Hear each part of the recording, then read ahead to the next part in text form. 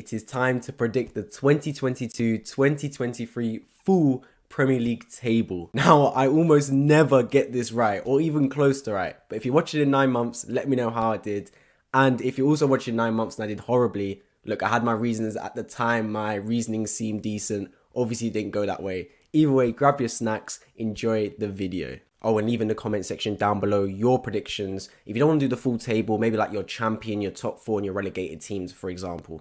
Okay, so without further ado, let's get into it. Starting from 20 and working my way all the way up to 1. In 20th, I've got Bournemouth. I'm sorry, Bournemouth fans. You're going back to the Premier League again. You seem to be flip-flopping between the Premier League and Championship. And I believe you're going straight back down. Nothing personal. I love Bournemouth. I love where they're located. A nice club. Not a club that's going to kick you to death. They're going to play some decent football. But yeah, I just don't think you have added the quality in your squad enough to compete in the Premier League. And I do think you're going back down. Sorry. 19th, I've got Leeds United. Literally escaped by the skin of their teeth last season. And they lost their best player in Rafinha. And arguably their second best player in Calvin Phillips. They've got Jesse Marsch, who, good luck to him, man. He's an American manager in the Premier League. I just don't think they're going to have enough either to stay in the Premier League. If they prove me wrong, great. But I just don't see it happening. Leeds also going back to the Championship. In 18th, a surprise one given how they did last season, I'm going for Brentford. Yes, Brentford. And you're thinking, why Brentford? They did really well last season, defied the odds. They did defy the odds, but there's something going around called second season syndrome. A lot of teams suffer from it. Sheffield United notably suffered from it a couple of seasons ago when they had a brilliant first season and then completely went back to reality in the second season. They flew out the box in the first season, Brentford. First time in the Premier League in 50 years, had that opening game against Arsenal where they thrashed them. I think they're going to cool down a little bit going into next season. They've managed to retain some of their good players. They lost Eriksen, of course, to Man United, but they retained Ivan Toney for now, Brian Mbeumo. They've got some decent players, but I just think they're not going to be able to sustain the run long enough to survive in the Premier League one more season, and it'll be a disappointing end for Brentford.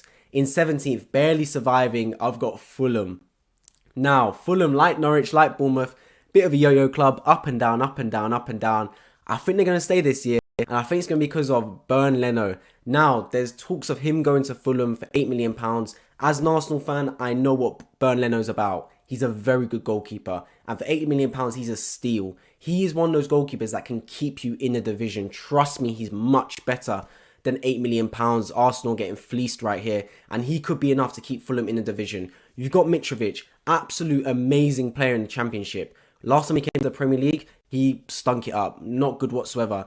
Can he now do a good season in the Premier League? We'll have to wait and see. That'll be the two main factors for Fulham. Scott Parker, decent manager, like him as well. Let's hope he can keep Fulham in the division because that will be his aim.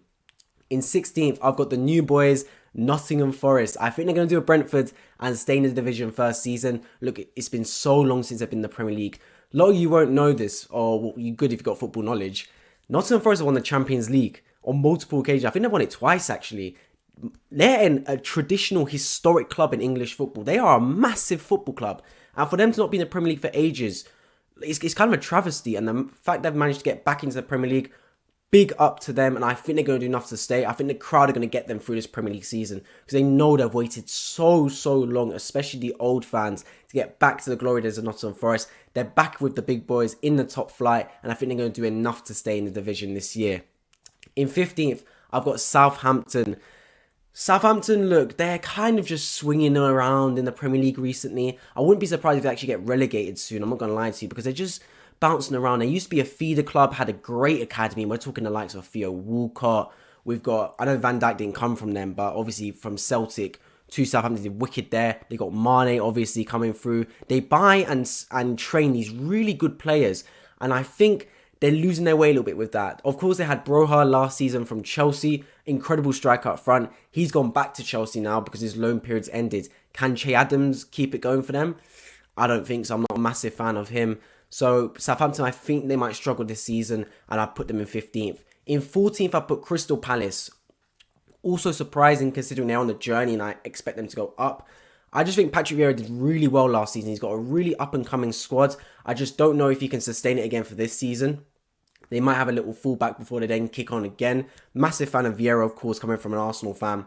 Did amazing things for Palace last season, especially taking over from Roy Hodgson. Not easy. Roy Hodgson's been in the club for ages, an old man, tactician, seen it all. To go from him to a young manager in Vieira, upcoming, unproven even, it was a risk on Palace's side and it paid off because they played some beautiful football last season, Palace, and I expect them to kick on and do very well. In 13th, we've got Everton.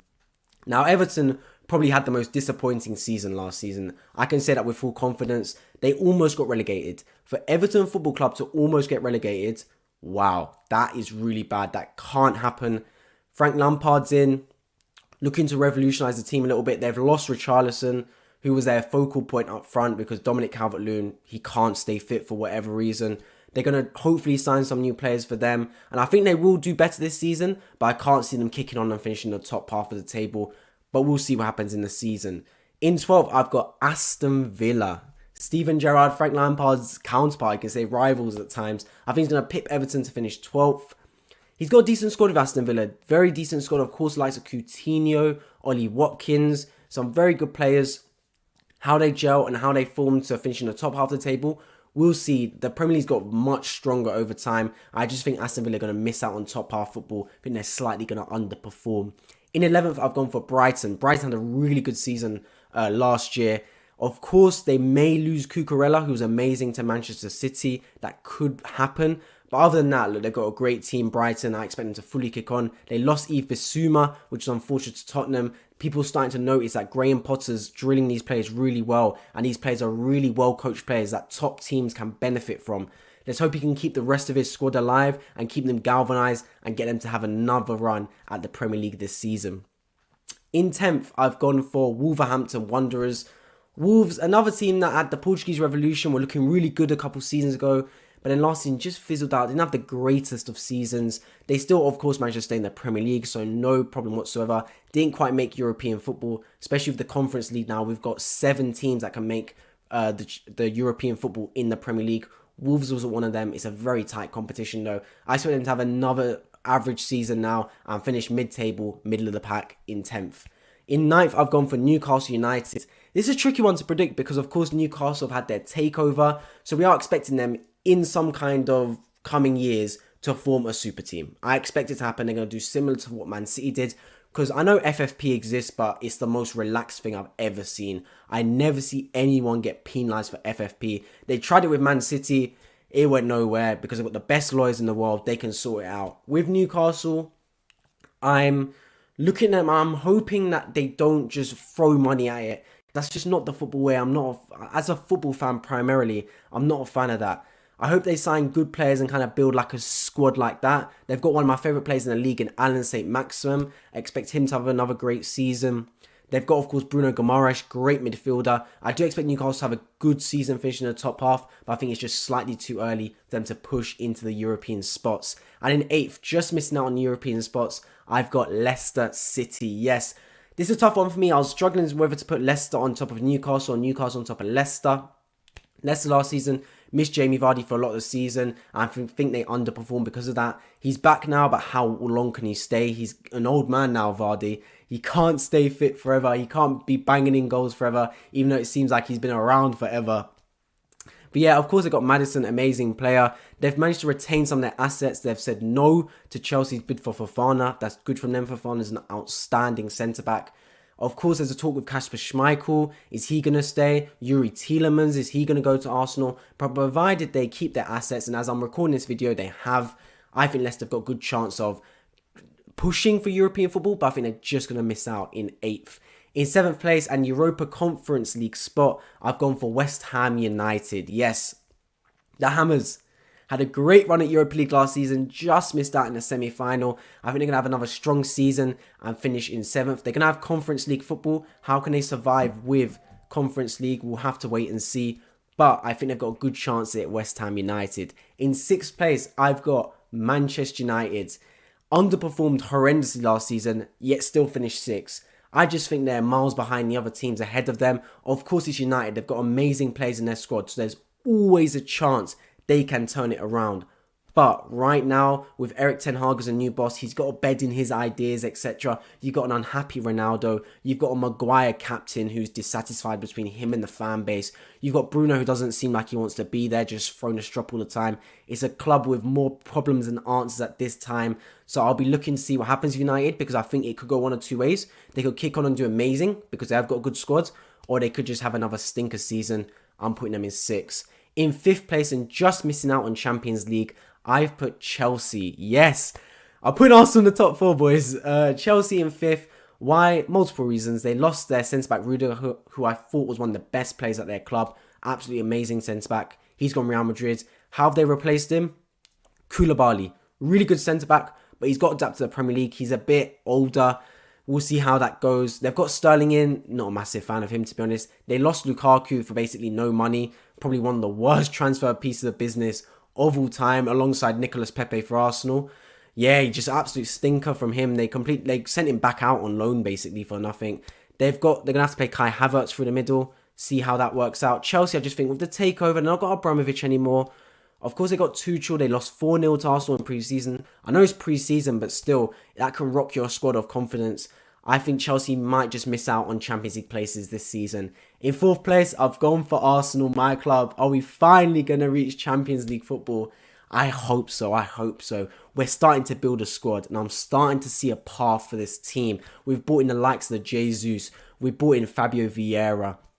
We brought in Zinchenko. We're building a team, and I like to see it. We're building a squad that can start to play for each other and inject a culture within this club. Saliba, he's like a brand new centre-back. I've been calling for him for so long now, and he finally managed to embed himself in the Arsenal team. I think he's going to be one of the players of the season, especially in Arsenal squad, but also I think in the whole Premier League. People are really going to underrate this kid. Young player of the season in Liga and last year. The way he's built, he's just absolutely unbelievable centre-back. Honestly think he's going to be so good for us. Signing of the season, even though we had him 3 years ago. I'm just hoping Arsenal can finish in the top 4. Of course, they've also got Europa League to contend with. For me, I'd rather us win the Europa League than finish top 4. But still, we're fighting on 2 fronts. That means we can have 2 chances at making the lucrative Champions League football. And I just hope we make it. In 3rd place, another surprising pick for some. I'm putting Liverpool. I know, they just won the Community Shield against Man City. I'm putting them to finish 3rd. Now, I know most people are going to put Man City and Liverpool 1 and 2. I'm putting Liverpool 3rd just because I think they're going to have a fall-off season. They've lost Mane. They brought in Nunez. Going to have to give him time to adapt, of course. Last season, Liverpool were unbelievable. They fought on all 4 fronts the whole year. They played the most games possible. I think it's going to catch up to them. The season they won the Premier League, the season after, they were in all sorts of trouble.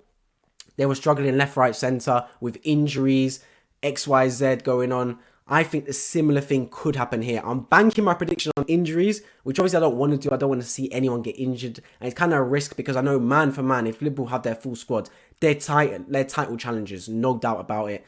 I just think they're going to suffer from injuries. I think they're going to have a bit of a relapse from the season that just happened where they were playing too much football. And I think injuries will creep in. I think the Qatar World Cup will affect them. And I just don't see Liverpool having as good a run in the season this season as they did last season. But feel free to prove me wrong, Liverpool. In 2nd, I put Tottenham Hotspur. Now, I know as an Arsenal fan saying that, you're thinking that is a travesty. You're a Judas. Tottenham look good under Conte. Do I think they can win the league? No. I think Man City are going to run away with it. I'm being honest. But in 2nd place, Tottenham, they're building a good squad. They've had the best window so far. Perisic, great signing. Bissouma, great signing. Richarlison, look, is he going to start? Probably not, but an impact player off the bench. They're signing good players. Spence, unbelievable signing as well. They're packing out the squad well and signing players that can build a squad. It's not just a case of their first team is amazing. They've actually got a squad that can fill in and play well as well. And they've got a brilliant manager in Antonio Conte. And I'm not hoping, because I'm not a Tottenham fan, I'm an Arsenal fan. But for them, they're just hoping it all pieces together and they have a good run at the Premier League this season. And maybe get some silverware for those Spurs fans that have been craving it for so long. And number 1, is it a surprise? Manchester City. Yeah, I mean the team, the top dogs, Pep Guardiola's assassins. They've signed Haaland, had a stink in the Community Shield yesterday. But we all know what he's like. We all know he's an incredible footballer. And I think he can turn up for sure.